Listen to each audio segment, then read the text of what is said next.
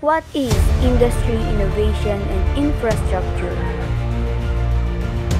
It is the synergy between technological advancement and physical infrastructure.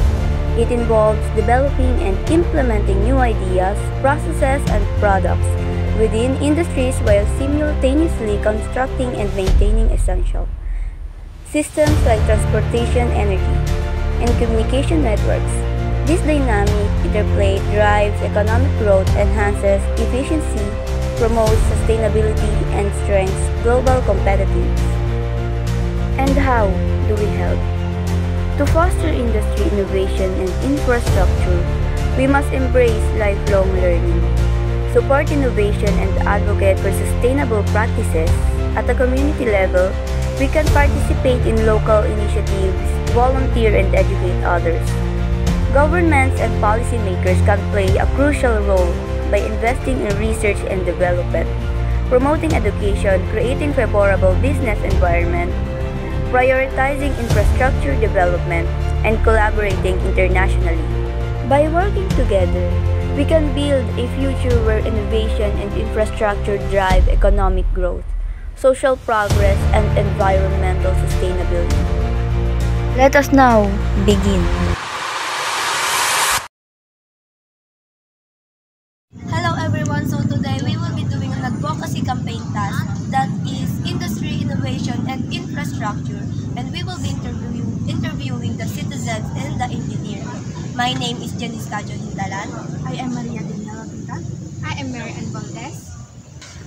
We invite you to join us as we delve into our journey of industry, innovation, and infrastructure. Together, let us explore this advocacy campaign and discuss its potential benefits, impact, and opportunities for further learning. Every individual should be aware of industry, innovation, and infrastructure, as well as their significance in fostering deeper understanding and knowledge. We aim to contribute to this awareness by sharing our acquired knowledge and insight, highlighting their impact on society. And without further ado, let us unveil the intriguing topic that will undoubtedly benefit you in numerous ways. So, good afternoon po, Sir J. Emiliado. So, we just have one question for you to answer. How can we build stronger and more resilient infrastructure to withstand nature disasters? Dito sa Pilipinas, meron kasi tayong ahensya na nangunguna at nagpapatupad sa pagtatayo ng mga infrastruktura. Ito po ang DPWH. Ang DPWH ay merong standard na sinusunod patungkol sa pagtatayo ng mga infrastruktura tulad ng mga kalsada, tulay at iba pa na katulad nito.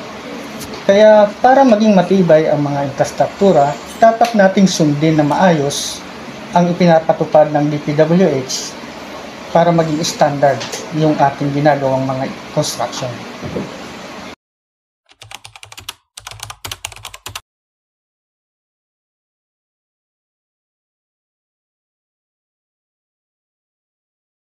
Yung question po is, ano yung dapat gawin or kailangan natin gawin to avoid or to protect our environment from pollution po? Magandang tanong yan. Pero iisa lang ang napaka-importanting kasagutan niya na dapat talaga ay may patupad, ma-implement ng mga local government at saka ng mga tao para maiwasan ng pagkasira ng ating kalikasan. To follow those rules, yung mga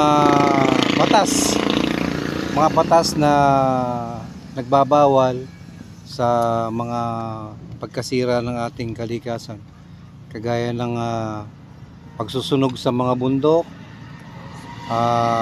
sa mga sasakyan, dapat implement ang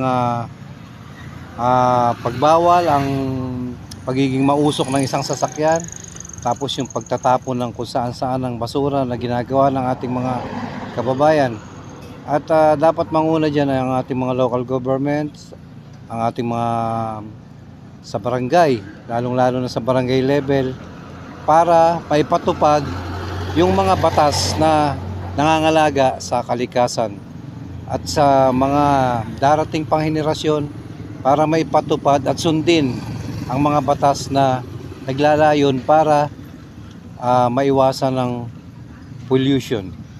At ganoon na rin ang pagkasira ng ating climate change, ang ozone layer, lahat na sama-sama na yan para sa kinabukasan ng ating mga susunod na henerasyon.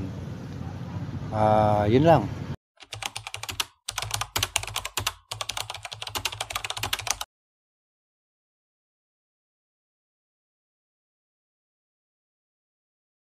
Bilang isang mamamayan, paano mo po maproprotektahan ang ating environment mula sa pollution ng industriya?